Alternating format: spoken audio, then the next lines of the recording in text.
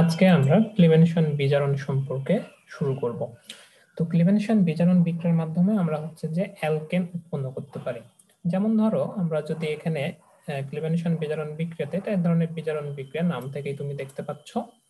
আর এখানে আমাদের বিজারণ বিক্রিয়াতে মূলত আমাদের জিঙ্ক অ্যামালগামটা ব্যবহার করা হয়। ঠিক আছে, সোডিয়াম অ্যামালগামের তুমি পরিচয় পেয়েছিলা 9-10-এ থাকতে। ঠিক আছে, সোডিয়াম যখন হচ্ছে আমরা নিষ্কাশন করতেছিলাম তখন এইটাকে আমরা তখন বলতেছিলাম সোডিয়াম অ্যামালগাম। ঠিক আছে, সংকর ধাতু, সোডিয়ামের সাথে মার্কারের একটা সংকর ধাতুর কথা বলা হচ্ছিল, ওটাকে নাম দিয়েছিলাম আমরা সোডিয়াম অ্যামালগাম। ঠিক তেমনি ভাবে জিঙ্কের সাথে মার্কারির যে সংকর ধাতু যেখানে দেখতে পাচ্ছ সেটা হচ্ছে আমাদের জিঙ্ক অ্যামালগাম বলা হচ্ছে। ঠিক আছে, তো এই জিঙ্ক অ্যামালগাম এবং হাইড্রোক্লোরিক অ্যাসিড এরা যখন পরস্পরের সাথে বিক্রিয়া করে তখন এখানে একটা হচ্ছে জাইমান হাইড্রোজেন উৎপন্ন হয়। ঠিক আছে, এই বিক্রিয়ার মাধ্যমে একটা জাইমান হাইড্রোজেন উৎপন্ন হয়।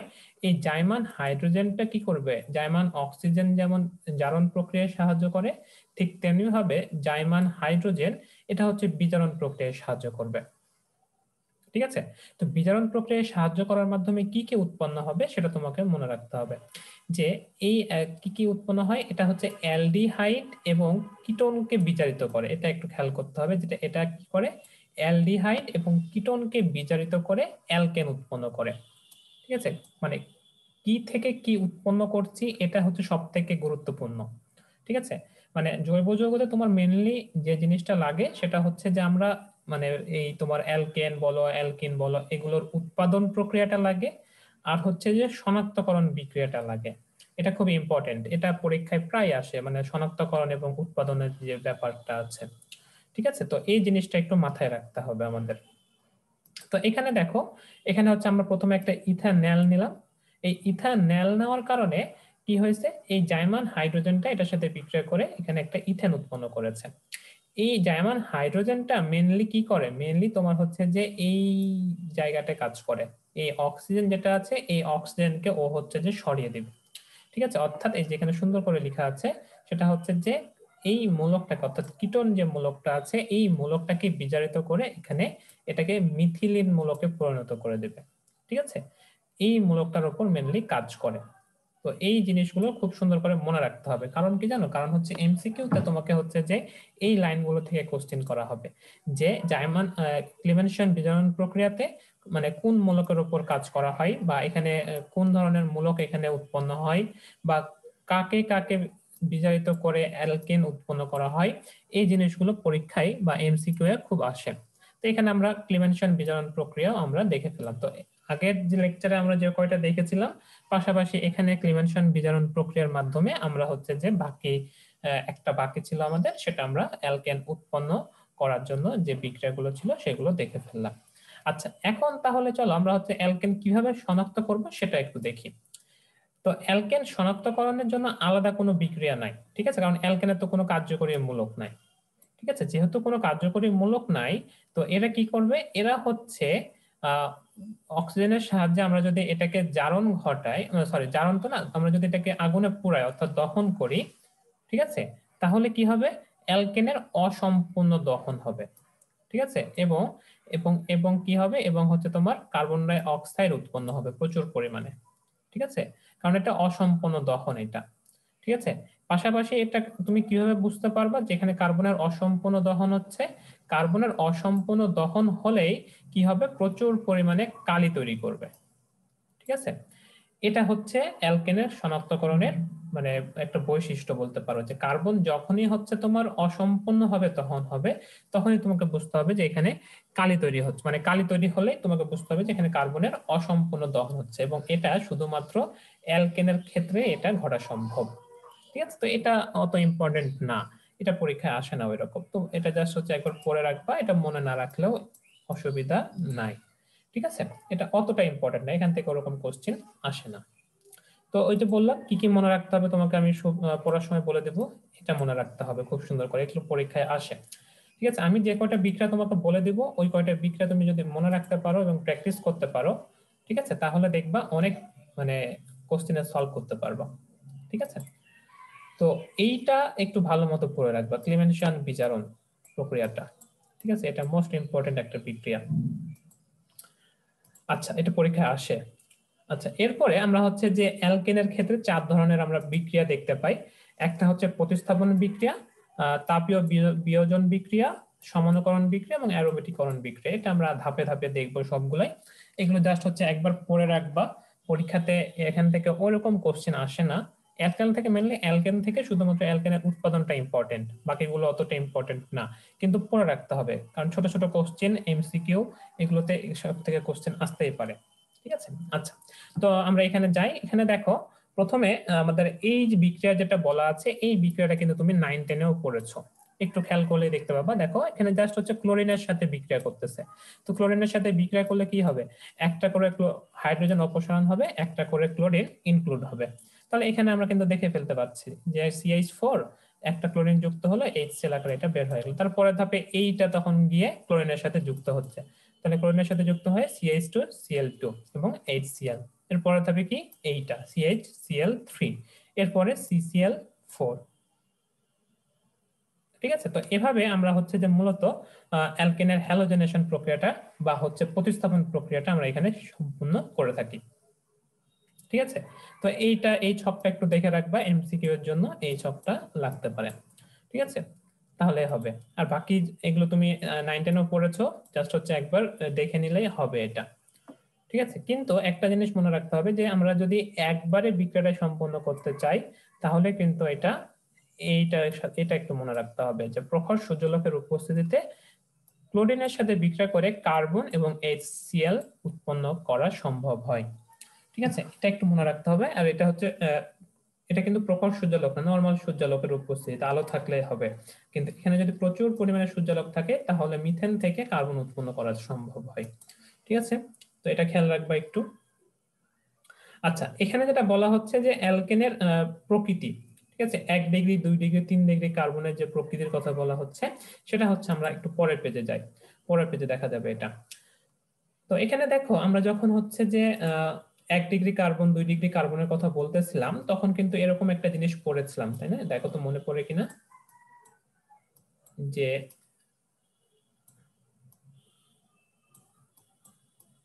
এই কার্বনের এই পাশে 3টা হচ্ছে যে অ্যালকাইল মূলক আছে, এই পাশে একটা হাত ফাঁকা আছে।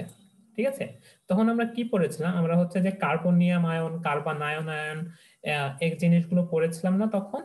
সেখানে আমরা কিন্তু একটা জিনিস পড়েছিলাম যে এই 3টা মানে তোমার হচ্ছে যে অ্যালকাইল হ্যালাইড, সরি অ্যালকাইল মূলক যদি 3 পাশে যুক্ত থাকে তখন কিন্তু কি হয়, এইটা কিন্তু ততটা সক্রিয় হয় না। ঠিক আছে, ততটা সক্রিয় হয় না। কারণ কি, কারণ হচ্ছে যে এরা এটাকে ইলেকট্রন প্রদান করে বা নেগেটিভিটি প্রদান করে এইটাকে স্থায়ী রাখার চেষ্টা করে, অর্থাৎ সাপোর্ট দেয়। যত পাশে তোমার হচ্ছে যে এটা থাকবে, মানে অ্যালকাইল মূলক থাকবে, এই কার্বনটা তত সাপোর্ট পাবে, তত মানে রিয়াকশনে যেতে চাইবে না। ঠিক আছে, তখন এটা কি হয়, তত সক্রিয় হয় না, এটা অসক্রিয় অবস্থায় থাকে। ঠিক আছে, তা এখানে দেখো যে এখানে যেটা বলা হচ্ছে যে অ্যালকেনের, এই যে লাইনটা পড়ো নিচের লাইনটা, যে অ্যালকেনের H পরমাণু প্রতিস্থাপনের সক্রিয়তার হার এইভাবে আস্তে আস্তে বাড়তে থাকে। ঠিক আছে, কমতে থাকে এভাবে। ঠিক আছে, প্রতিস্থাপনের সক্রিয়তার ক্রম। তো প্রতিস্থাপন করে সক্রিয়তার ক্রম কমতে থাকে মানে কি, মানে হচ্ছে যে তোমার হচ্ছে আমি বলি এভাবে যে প্রতিস্থাপনের কথা বলা হচ্ছে। ঠিক আছে, তাহলে প্রতিস্থাপনটা আমরা যদি এটার কথা দেখি এখানে, যে দেখো এখানে কিন্তু অলরেডি তোমার হচ্ছে যে 3টা অ্যালকাইল মূলক যুক্ত আছে। ঠিক আছে, 3টা অ্যালকাইল মূলক যুক্ত আছে, তখন কি হবে, এই হাইড্রোজেনটা খুব তাড়াতাড়ি ভাবে এটা প্রতিস্থাপিত হয়ে যাবে। ঠিক আছে, এই হাইড্রোজেনটা প্রতিস্থাপিত হয় আর একটা নেগেটিভ ইলেকট্রনটাকে ও গ্রহণ করে ফেললো। ঠিক আছে, এবং আমরা এখানে দেখতে পাচ্ছি যে 1 ডিগ্রি কার্বনের তুলনায় 2 ডিগ্রি কার্বনে এবং 2 ডিগ্রি কার্বনের তুলনায় 3 ডিগ্রি কার্বনে বেশি হয়ে থাকে হ্যালোজেনেশন প্রক্রিয়াটা। ঠিক আছে, অর্থাৎ হ্যালোজেন যুক্ত হওয়ার যে প্রবণতা সেটা বেশি হয়ে থাকে। ঠিক আছে, যেমন মনে করো এটা কি, এটা হচ্ছে যে 1 ডিগ্রি কার্বন, কারণ এটার সাথে এক পাশে তোমার হচ্ছে যে ইথাইল মূলক যুক্ত আছে, কিন্তু এটা আবার 2 ডিগ্রি কার্বন, কারণ কি, কারণ হচ্ছে 2টা কার্বন যুক্ত আছে। ঠিক আছে, তো 1 ডিগ্রি কার্বনে, এটা হচ্ছে 1 ডিগ্রি কার্বন, তো 1 ডিগ্রি কার্বনের তুলনায় 2 ডিগ্রি কার্বনে এই হাইড্রোজেনটা প্রতিস্থাপিত হওয়ার প্রবণতা বেশি থাকে। এজন্যই কি হচ্ছে দেখো যে এখানে আমরা বিক্রিয়াতে দেখতে পাচ্ছি যে 2 ডিগ্রি কার্বনে হাইড্রোজেনটা প্রতিস্থাপিত হয়ে এখানে 55% উৎপন্ন করেছে এটা, কিন্তু 1 ডিগ্রি কার্বনে প্রতিস্থাপিত হয়ে দেখো 45%, অর্থাৎ 2 ডিগ্রি কার্বনে বেশি পরিমাণে প্রতিস্থাপিত হওয়ার ঘটনা ঘটছে। ঠিক আছে, তো এভাবেই তুমি হচ্ছে যে এই বিক্রিয়াগুলোর দিকে দেখতে থাকবা। দেখো এখানে যে 2 ডিগ্রি কার্বন এখানে এখানে 1 ডিগ্রি এবং এখানে 1 ডিগ্রি, তাহলে এখানে ব্রোমিনের সংযোজন হচ্ছে। দেখো যে 1 ডিগ্রি কার্বনে ব্রোমিন সংযুক্ত হওয়ার প্রবণতা হচ্ছে 5%, সেখানে 2 ডিগ্রি কার্বনে ব্রোমিনের সংযোগ হওয়ার প্রবণতা হচ্ছে 95%। ঠিক আছে, এটা অতটা ইম্পর্টেন্ট কিছু না, এটা তুমি স্কিপ করতে পারবে, সমস্যা নাই। ঠিক আছে, এখান থেকে ওরকম কোশ্চেন আসে না, জাস্ট একবার রিডিং করে যাবা এবং এটা একটু মনে রাখবা যে 1 ডিগ্রি কার্বনের তুলনায় 2 ডিগ্রি কার্বনে এবং 2 ডিগ্রি কার্বনের তুলনায় 3 ডিগ্রি কার্বনে হ্যালোজেনের যে প্রতিস্থাপন বিক্রিয়া সেটা বেশি সম্পন্ন হয়, এবং এই বিক্রিয়াগুলো একটু দেখে রাখবা, চোখে দেখে রাখবা, তাহলেই হবে।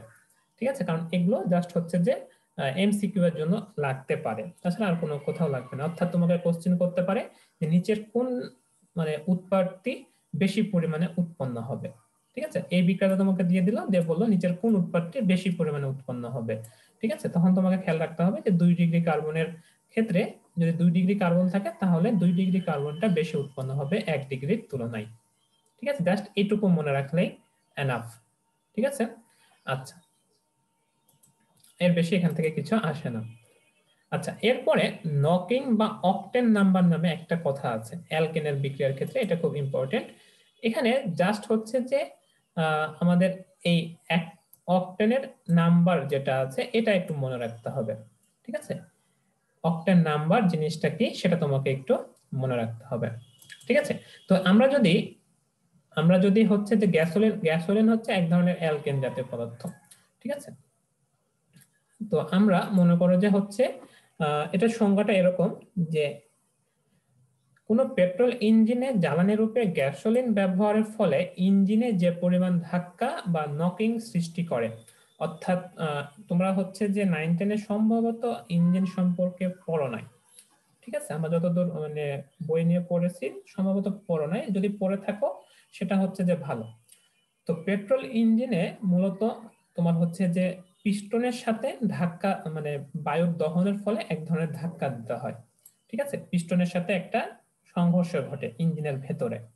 ঠিক আছে, তো এখানে কি হচ্ছে যে গ্যাসোলিন যদি আমরা ব্যবহার করি তাহলে মনে করো বায়ুর দহন ঘটবে, ওখানে দহন ঘটলে তাপ উৎপন্ন হবে, তাপ উৎপন্ন হওয়ার ফলে ইঞ্জিনে এক ধরনের ধাক্কা তৈরি হবে। ঠিক আছে, এবং ধাক্কা তৈরি হলে এক ধরনের শব্দ হয়, এটাকে বলা হচ্ছে নকিং করা। ঠিক আছে, তো এই ধাক্কা বা নকিং, নকিং হচ্ছে এক ধরনের সাউন্ড। তো এই ধাক্কা বা নকিং সৃষ্টি করতে আমাদের কি করা হচ্ছে, জ্বালানির উপরে গ্যাসোলিন ব্যবহার করছিলাম আমরা। তো বলা হচ্ছে যে মনে করো আমি পেট্রোল, এটা হচ্ছে আমাদের পেট্রোল ইঞ্জিন।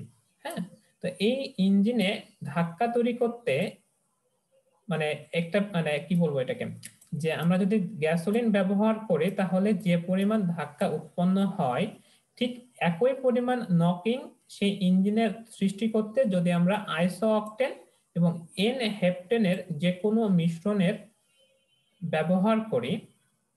ঠিক আছে, জিনিসটা হচ্ছে এরকম যে মনে করো যে এখানে কি ছিল, আমাদের গ্যাসোলিন ছিল তাই না, তো এখানে আমরা আরেকটা ইঞ্জিন নিলাম, যে ইঞ্জিনে আমরা যে জ্বালানিটা ব্যবহার করব সেই জ্বালানির যে রাসায়নিক সংযুক্তি সেটা হচ্ছে এরকম যে এখানে আমরা আইসো অকটেন ব্যবহার করব এবং এন হেপ্টেন ব্যবহার করব, এই দুইটার মিশ্রণের আমরা হচ্ছে যে এই জ্বালানিটাকে তৈরি করব। ঠিক আছে, তো জিনিসটা হচ্ছে এরকম যে এখানে গ্যাসোলিন থেকে আমরা যে পরিমাণ নকিং পাচ্ছিলাম ঠিক একই পরিমাণ নকিং পাওয়ার জন্য আমরা আইসো অকটেন এবং এন হেপ্টেনের একটা মিশ্রণ ব্যবহার করব। ঠিক আছে, তো এই যে আমরা মিশ্রণটা ব্যবহার করলাম এখানে আইসো অকটেনের শতকরা পরিমাণটাকে বলা হবে অকটেন নাম্বার। ঠিক আছে, বোঝা গেছে জিনিসটা, যে আমার এখানে গ্যাসোলিন ছিল এখানে, আর এখানে আমরা কি ব্যবহার করেছিলাম, এখানে মনে করো যে আমরা আইসো অকটেন ব্যবহার করেছি, এবং এন হেপ্টেন ব্যবহার করেছি, তাহলে এই দুইটার মিশ্রণ তো আমরা ব্যবহার করলাম একই পরিমাণ নকিং তৈরির জন্য। ঠিক আছে। তো আইসো অক্টেন এবং এন হেপ্টেনের মিশ্রণে আইসো অক্টেনের শতকরার পরিমাণকে বলা হবে ওই গ্যাসোলিনের অক্টেন নাম্বার, অর্থাৎ যে গ্যাসোলিনটা ব্যবহার করেছিল ওখানে ওই গ্যাসোলিনের অক্টেন নাম্বার বলা হবে। অর্থাৎ আমরা এখানে জাস্ট তুলনা করছি একটা জিনিসের সাথে, গ্যাসোলিনের সাথে আইসো অক্টেন এবং এন হেপ্টেনের তুলনা করছি। ঠিক আছে, জাস্ট এটা মনে রাখলেই হবে এখানে। ঠিক আছে, আচ্ছা তাহলে এই সংজ্ঞাটা একটু মানে এইটুকু তোমার লাগবে। ঠিক আছে, যে কোনো একটা ইঞ্জিনের জ্বালানির রূপে গ্যাসোলিন ব্যবহারের ফলে যে পরিমাণ ধাক্কা বা নকিং তৈরি হয়, ঠিক একই পরিমাণ নকিং ওই ইঞ্জিনে তৈরি করতে আইসো অক্টেন এবং এন হেপ্টেনের কোনো মিশ্রণে যে পরিমাণ বা যে শতকরা পরিমাণ আইসো অক্টেন ব্যবহার করা হয় তাকে ওই গ্যাসোলিনের অক্টেন নাম্বার বলা হয়। ঠিক আছে, আচ্ছা তো এখানে যেমন মনে করো যে কোনো একটা মোটর জ্বালানির অক্টেন নাম্বার হচ্ছে 85, 85, এটা বলতে বোঝানো হবে যে ওই জ্বালানির 15% এন হেপ্টেন এবং 85% আইসো অক্টেনের মিশ্রণের জ্বালানি দক্ষতা সম্পন্ন তেল। ঠিক আছে, তাহলে 85% দেখো এইটা আমরা কি বললাম তখন, যে আইসো অক্টেনের শতকরার যে নাম্বার সেটাকে আমরা বলতেছি অক্টেন নাম্বার। তাহলে 85 দ্বারা বোঝাচ্ছে, দেখো এই যে 85 কিন্তু 85% আইসো অক্টেন আমরা ব্যবহার করতেছি এবং 15% এন হেপ্টেন নিচ্ছি আমরা। তাহলে এটার মিশ্রণে সমান জ্বালানি দক্ষতা সম্পন্ন তেলের কথা বলা হচ্ছে, সেটা হচ্ছে কি গ্যাসোলিনের সাথে তুলনা করে। ঠিক আছে, তো এখানে আরেকটা জিনিস বলা হচ্ছে লাস্টে, যে যে জ্বালানির অক্টেন নাম্বার যত বেশি সেই জ্বালানি তত বেশি উৎকৃষ্ট। তো এটা একটু মনে রাখবা, এটা জাস্ট হচ্ছে এমসিকিউ এর তুলনা করার জন্য লাগে। এটা যে তোমাকে হয়তো বলা হলো যে 4টা অবজেক্টিভ দেওয়া হচ্ছে, যে নিচের কোনটির অক্টেন অক্টেন নাম্বার বা নিচের কোনটির জ্বালানি বেশি উৎকৃষ্ট। ঠিক আছে, দিয়ে নিচে হচ্ছে তোমার অক্টেন নাম্বার গুলো দেওয়া আছে। ঠিক আছে, তো যার অক্টেন নাম্বার বেশি হবে সে তত বেশি উৎকৃষ্ট জ্বালানি হবে। ঠিক আছে, তো জ্বালানির অক্টেন নাম্বার বৃদ্ধি করার কিছু উপায় আছে, সেটা হচ্ছে যদি আমরা জ্বালানির সাথে টেট্রা ইথাইল লেড অ্যাড করি, এটা ইম্পর্টেন্ট, এটা ইম্পর্টেন্ট, আবার আগে বলে দিচ্ছি এটা ইম্পর্টেন্ট, এমসিকিউ আসে যে জ্বালানির সাথে নির্দিষ্ট পরিমাণ যদি আমরা টেট্রা ইথাইল লেড ব্যবহার করি, টেট্রা মিথাইল লেড ব্যবহার করি, বা আয়রন পেন্টাকার্বনিল ব্যবহার করি, বা টোলুইন ব্যবহার করি, এই 4টা জিনিসের যে কোনো একটা ব্যবহার করে আমরা হচ্ছে জ্বালানির অক্টেন নাম্বার বৃদ্ধি করতে পারি। কারণ কি, অক্টেন নাম্বার বৃদ্ধি করলে ওই জ্বালানিটা বেশি উৎকৃষ্ট হবে। ঠিক আছে, এটা একটু মনে রাখতে হবে। ঠিক আছে, জাস্ট এই 4টা অবজেক্ট মানে পয়েন্ট, যে tetra ethyl lead, tetra methyl lead, iron pentacarbonyl আর হচ্ছে টোলুইন, এই 4টা জিনিস ব্যবহার করে জ্বালানির অক্টেন নাম্বার বৃদ্ধি করা হয়। ঠিক আছে, আচ্ছা এরপরে হচ্ছে পাইরোলাইসিস, ক্র্যাকিং বা তাপীয় বিয়োজন। ঠিক আছে, এটা হচ্ছে আমাদের ওই যে তোমার হচ্ছে যে আমরা ওখানে ইয়া পড়লাম না, যে প্রক্রিয়াগুলো করতেছিলাম 4টা বিক্রিয়া, সেটার মধ্যে একটা, সেটা হচ্ছে তোমার পাইরোলাইসিস বা ক্র্যাকিং বা তাপীয় বিয়োজনকে আমরা তাপ দেওয়ার মাধ্যমে এইটাকে তোমার কি করব, অ্যালকেন থেকে অ্যালকিনে কনভার্ট করব, বা অ্যালকেনটাকে আমরা ভেঙে ফেলবো। দেখো আগে ছিল ইথেন, এখন হয়ে গেছে মিথেন। ঠিক আছে, তো এটা শুধুমাত্র তোমার হচ্ছে যে এই 2টা লাইন পড়তে হবে, এখান থেকে আসার মতো জিনিস হচ্ছে এটা। একটা হচ্ছে কি, একটা হচ্ছে তোমার অ্যালুমিনিয়াম টেট্রাঅক্সাইড Al2O3, এটা একটা, আর একটা হচ্ছে তোমার SiO2 অর্থাৎ সিলিকন ডাইঅক্সাইড। ঠিক আছে, এই 2টা প্রভাবকের উপস্থিতিতে আমরা হচ্ছে যে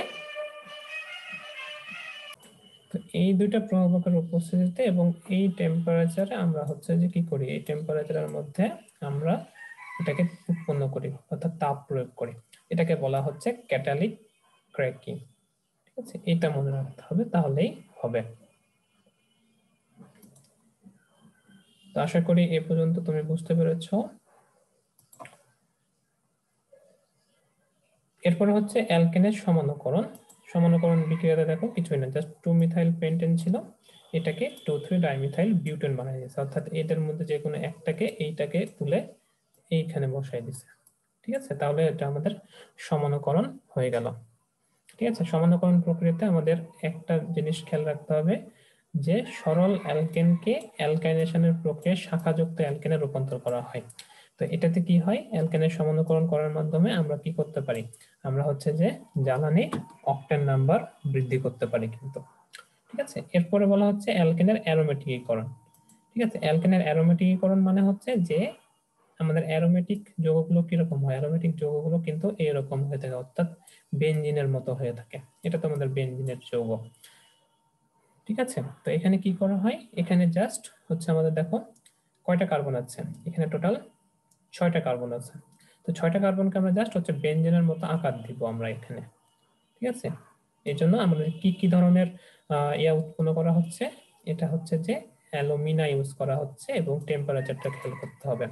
ঠিক আছে, এবং এখানে আর একটা জিনিস দেখো, এখানে একটা জিনিস দেওয়া নাই, সেটা হচ্ছে যদি মনে করো এখানে 7টা কার্বন থাকতো, মনে করো যে হচ্ছে আমি তোমাকে দেখাই, সেটা হচ্ছে যে মনে করো এটাকে এইখানে একটা আমরা হচ্ছে যে আর একটা কার্বন দিয়ে দিলাম।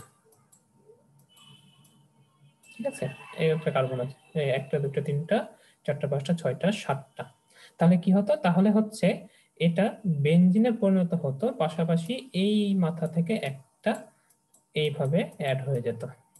ঠিক আছে, এই যে অ্যাড হয়ে গেল, এটাকে আমরা তখন কি বলি, এই যৌগটার নাম কি, এই যৌগটার নাম কিন্তু টোলুইন। এই যৌগটার নাম হচ্ছে টোলুইন। ঠিক আছে, এই যৌগটার নাম হচ্ছে টোলুইন।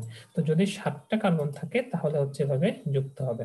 ঠিক আছে, মেন কথা হচ্ছে যে তোমার যতগুলোই কার্বন থাকুক না কেন, তোমার 6টা কার্বন জাস্ট হচ্ছে যে অ্যারোমেটিক করার জন্য এটাকে বেনজিন যৌগে পরিণত করবে, আর আর বাকি যেগুলো থাকবে এগুলো কি হবে, এখানে শাখা শিকল হিসেবে যুক্ত হতে থাকবে।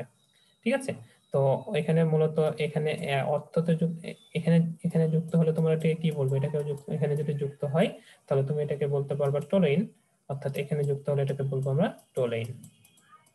আর শাখা শিকল বাকি যদি আরো অনেক কিছু থাকে তাহলে আমরা এটাকে কি বলতে পারবো, এটাকে আমরা শাখা শিকল হিসেবে এখানে অ্যাড করে দিতে পারবো। ঠিক আছে, তো এখানে আরেকটা জিনিস সুন্দর করে বলা আছে যে জ্বালানিতে বেনজিন এবং টোলুইন যদি আমরা মিশাই তাহলে জ্বালানির অকটেন নাম্বার বৃদ্ধি পাবে। তো এটা একটু মনে রাখবে এই লাইনটা, তাহলেই হবে। আচ্ছা, এরপরে লাস্ট হচ্ছে আমাদের অ্যালকেনের নাইট্রেশন। তো অ্যালকেনের নাইট্রেশন কিছুই না, জাস্ট হচ্ছে এখানে যুক্ত করা, যে অ্যালকেনের সাথে আমরা হচ্ছে যে গাঢ় নাইট্রিক অ্যাসিডের অ্যাড করতেছে, এটা তো গাঢ় নাইট্রিক অ্যাসিড। ঠিক আছে, HNO3, আমরা মূলত HNO3 কে আমরা এভাবে লিখি HO আর হচ্ছে NO2, কারণ হচ্ছে যে সরি এখানে তোমাকে দেখা যাচ্ছে না, NO2। তো এখানে আমরা লিখি এভাবে, কারণ হচ্ছে যে নাইট্রেট মূলকটাকে আমরা মূলত আলাদা করে লিখি। ঠিক আছে, কারণ হচ্ছে নাইট্রেট মূলকটা প্রতিস্থাপিত হয়ে এখানে অ্যাড হয়ে যাবে। ঠিক আছে, তো এটাই হচ্ছে এখানে হচ্ছে যে অ্যালকেনের সাথে যদি আমরা নাইট্রিক অ্যাসিড যুক্ত করি তাহলে এখানে নাইট্রো অ্যালকেন তৈরি হচ্ছে। ঠিক আছে, আচ্ছা, এরপরে তোমার হচ্ছে যে অ্যালকেনের কিছু সাধারণ ধর্ম দেওয়া আছে। তো অ্যালকেনের সাধারণ ধর্মগুলো আশা করি তুমি একবার রিডিং পড়বা, রিডিং পড়লেই এটা বুঝতে পারবো, এখান থেকে অতটা কিছু আসে না আসলে, জাস্ট একবার দেখে রাখবা। ঠিক আছে, তো অ্যালকেনের এই পর্যন্তই, আমরা নেক্সটে অ্যালকিন থেকে শুরু করব।